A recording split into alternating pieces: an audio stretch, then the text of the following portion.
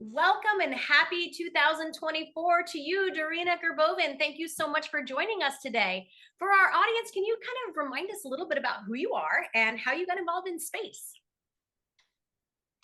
Hi, well, first of all, Happy New Year, and thank you for inviting me. It is a privilege for me to speak to you. A little bit about myself. Right now, I reside in Romania. I'm a physics teacher. I taught physics for the last 23 years, physics, chemistry, math, in Romania, in US, in Canada, and right now in US I'm teaching the UK curriculum. So I'm kind of really like an international teacher. That's phenomenal. I've often thought about, there's a lure, right, to teaching in another country and being able to see the differences culturally with the students, but at the same time, the pursuit is still the same to kind of just inspire and encourage students to learn about space. So that's pretty phenomenal. Exactly. Yeah, What are you're some right. Basically, if you are no matter where are you in the world, in every single country, if you teach something to any kid, no matter what culture they have, and at the end of the lesson or of the session of the project or something, you see that light in their eyes, and they're like, "I got it." Okay, so that's why I'm doing it. So Right. no matter if you teach to, I know, Chinese, Vietnamese, Canadian, US, UK, Romanian, Eastern Europe,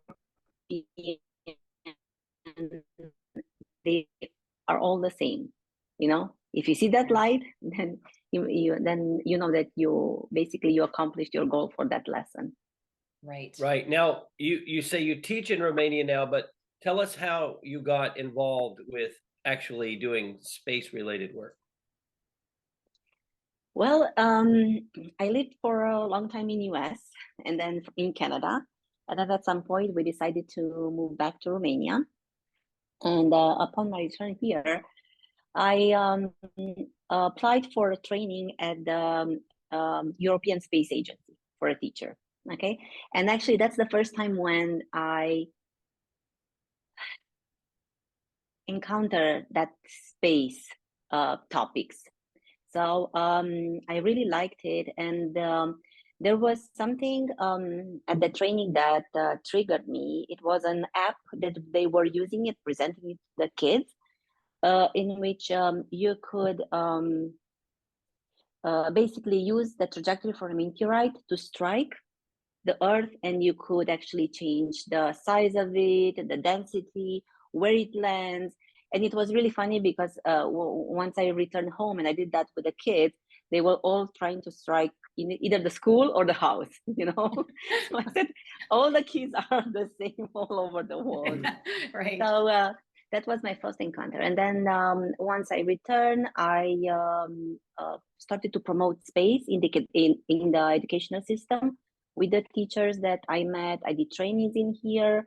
Later on, I participated at the HISA training at the US Space and Rocket Center in 2016.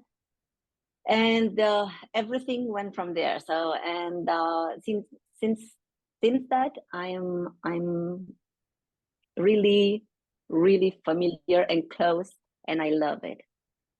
So, how does Huntsville, Alabama compare to your homeland in Romania?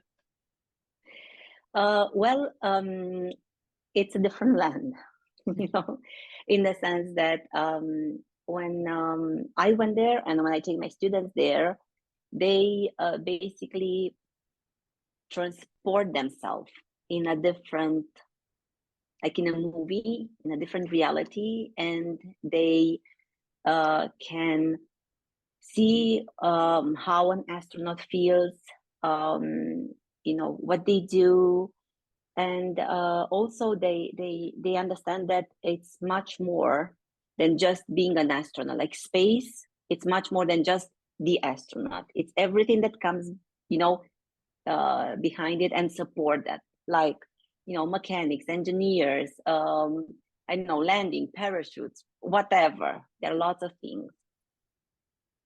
Well, so you work with students, but you also work with teachers, which sometimes can be the worst students of all, right? I say this as a one myself. So what is the work that you do with teachers? Is it to kind of train them in some of these concepts in space, or what are you doing to kind of help spread professional development? Yes, I usually do trainings on the space education. Basically, my aim is to teach them how they can use space in their lessons. No matter, I mean, I'm not talking about physics lessons. I'm talking about any lessons. You know, starting from the primary to the middle school to the high school, and so on and so forth. I a couple of years ago, I wrote a book on with experiments that teachers can do in primary to actually help them with science and with space, because most of the teachers, as you said, they're the worst students, right? But what I understood after meeting a lot, and I met a lot I did trainings in US, I did trainings in Romania. What I understood is that most of them, they're afraid of the space topic and the experience because they are afraid of failing it. Oh. So once they are really into the experiment, they try it, they fail it, they know what the solution, then they have the courage to actually go in the classrooms and say, hey, let's do this, because they have the answers.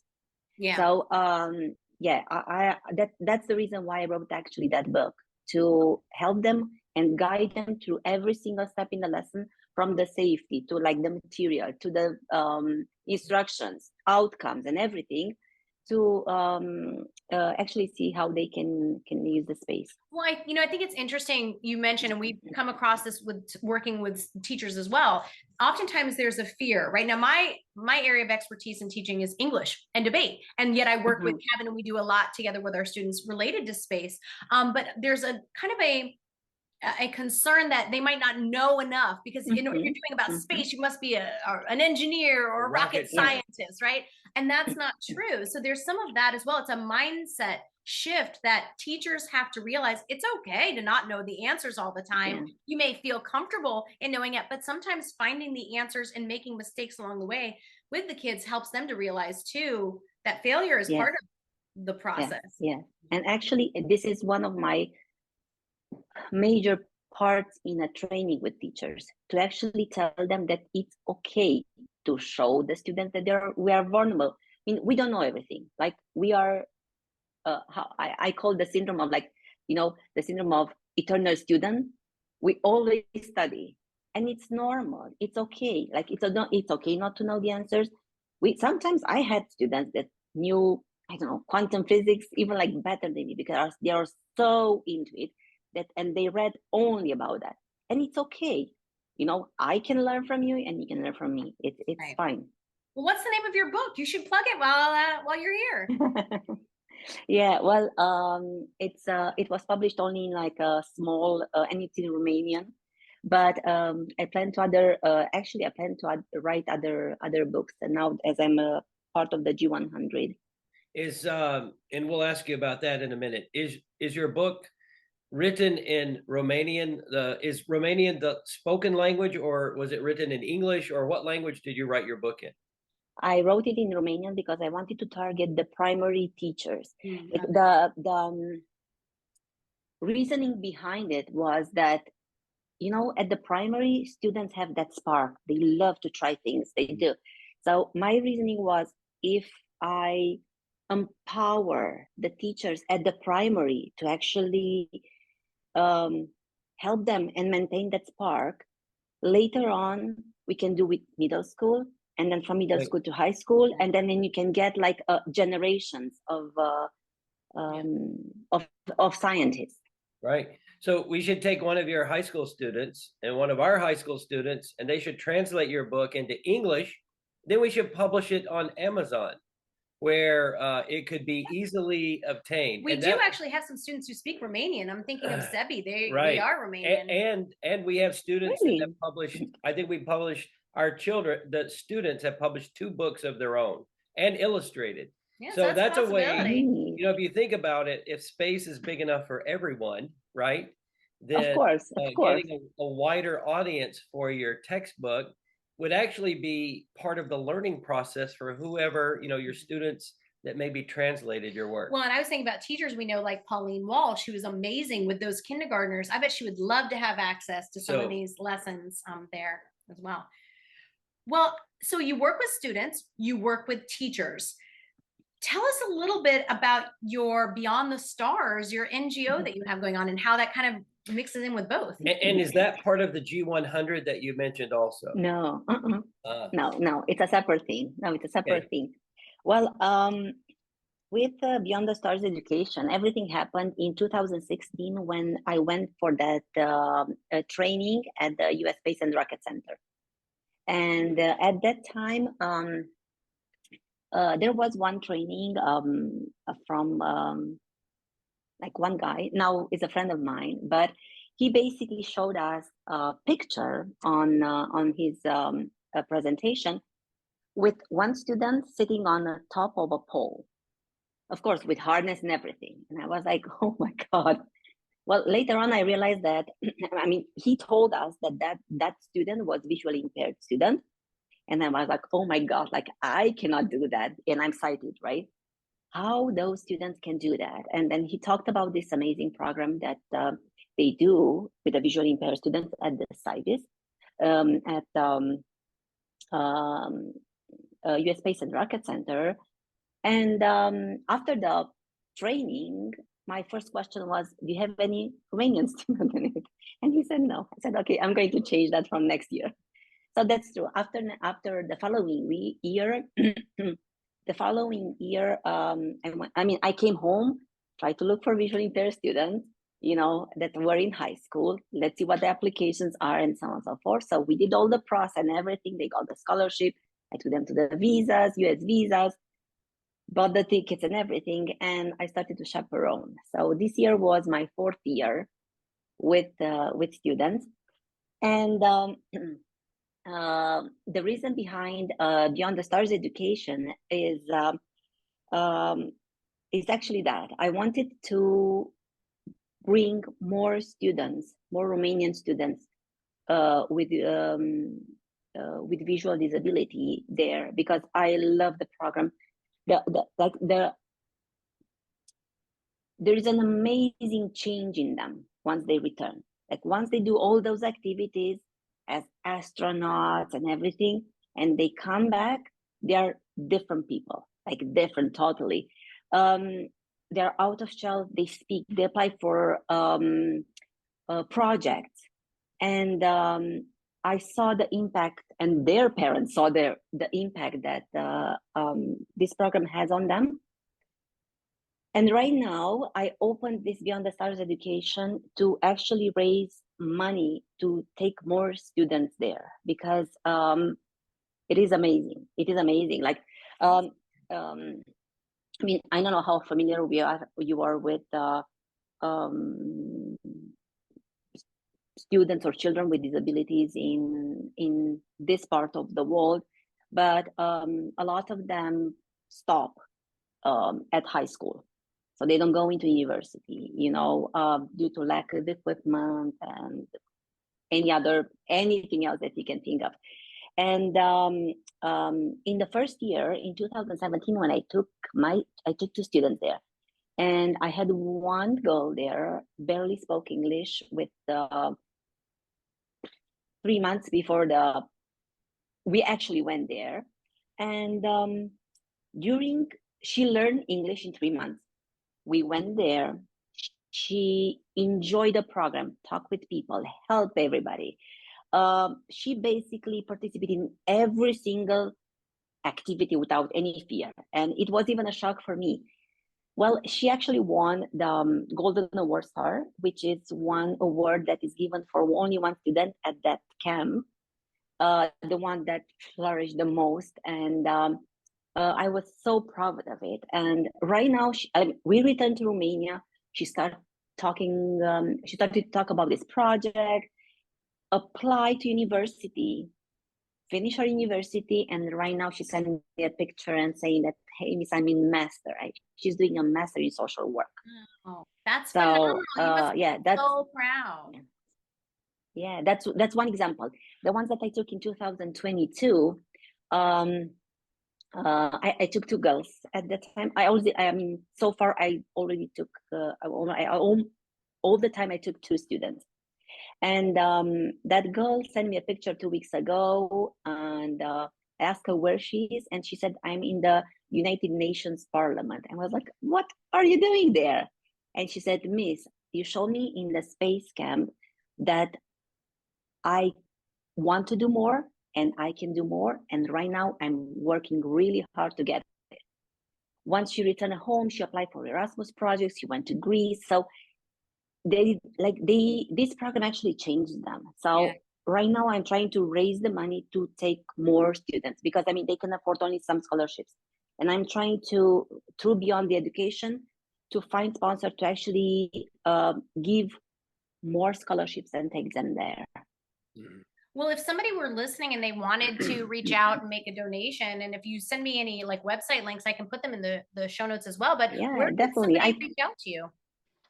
Yeah, definitely. I mean, if anybody wants to help, they can just send me, I mean, they can look me up on the LinkedIn and send me a message, or just write an email to beyondthestarseducation@gmail.com, and I can send them the account. And I mean, that will be awesome.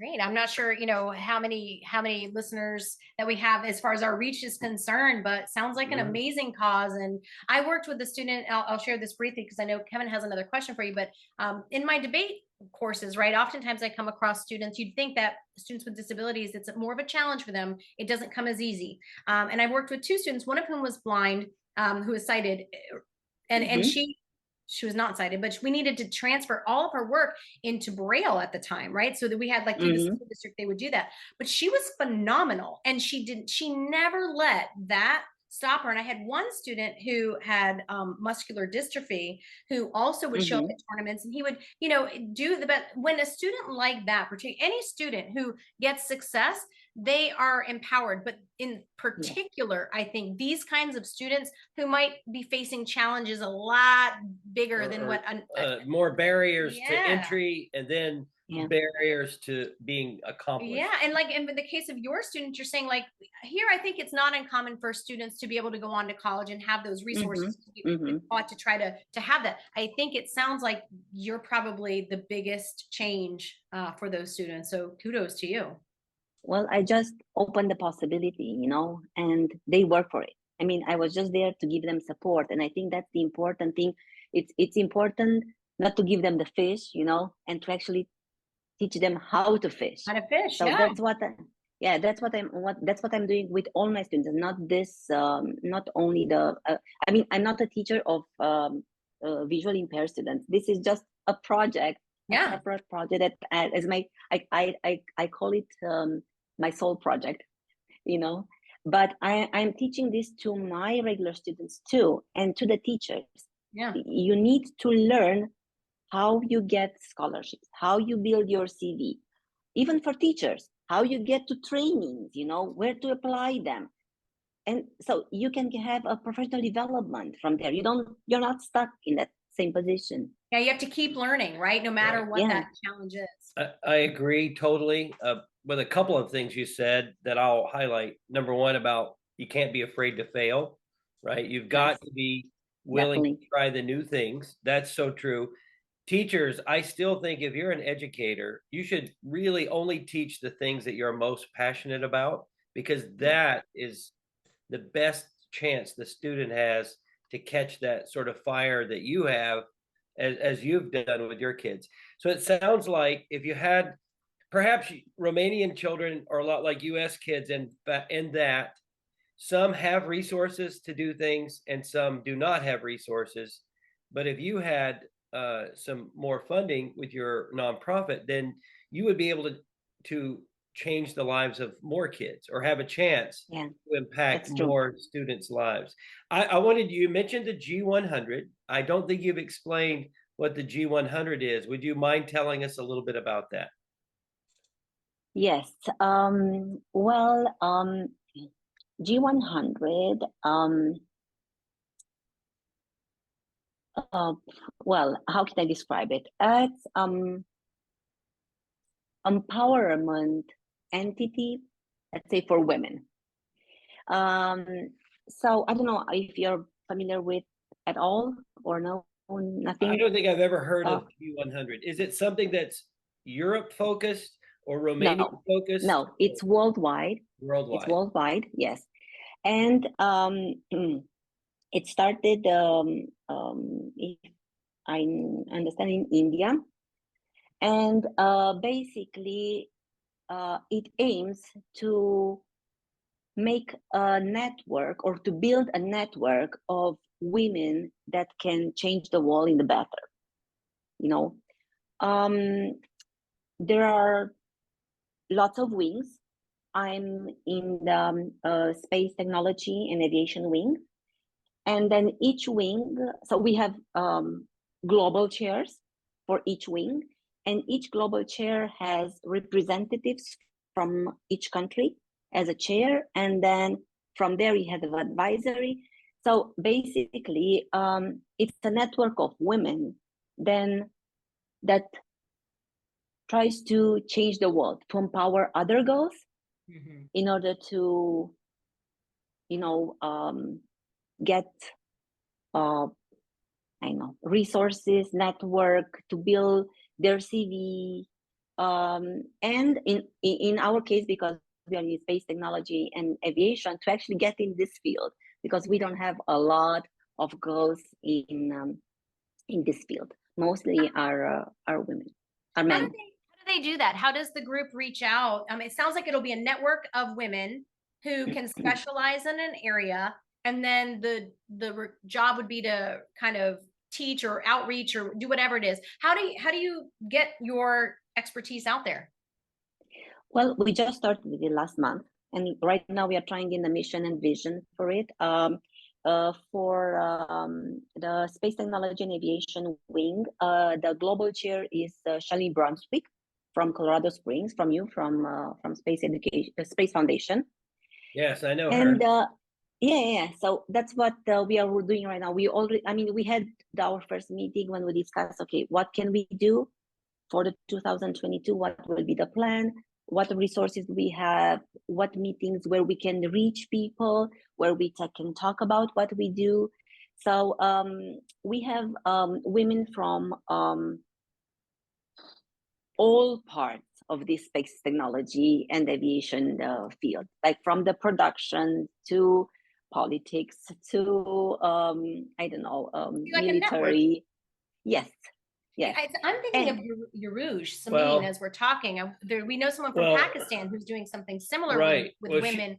She's teachers. It's an education platform. Here's what I was thinking. Number one, we know a lot of young women that are really accomplished in aerospace. In fact, I posted recently the top 25 women podcasts that we had done. I could share that list with you because it's free, right? You just go online and you can listen to our episodes. But what I was wondering is, would it be helpful to you if I maybe shared your contact info with some of these young women in aerospace that maybe could do a Zoom with your classes, with your students, maybe potential people that you might want to. For the G100. I actually think you would be really impressed with all of them. They're really good. That will be awesome. That will be awesome. Yeah, because they're from US. Mostly. Yes. Oh, okay. Well, the exception that we were talking about was with Yarouj, is kind of not an engineer, but she's doing something similar, and I think we should connect her via email as well. She started a company. She's from Pakistan, but her company is based out of the UAE in Dubai, and it's a digital platform for learning. For students who can sign up to take courses. It sounds like there would be some synergy between. Yes, that will be awesome, actually. And I think it will help a lot, because whatever I know goals we decide for 2024, I can share them with them. Yeah. And definitely, or I don't know, maybe I'm we also thinking can. about who was it in India? The little Martians, the Little Martians group, right? The two women who run that. They do like a yearly kind of hackathon. We'll send some communication emails after this. Yeah, And kind of definitely. I mean, So- at some point, Kevin, we can even, I don't know, write a book with all the space.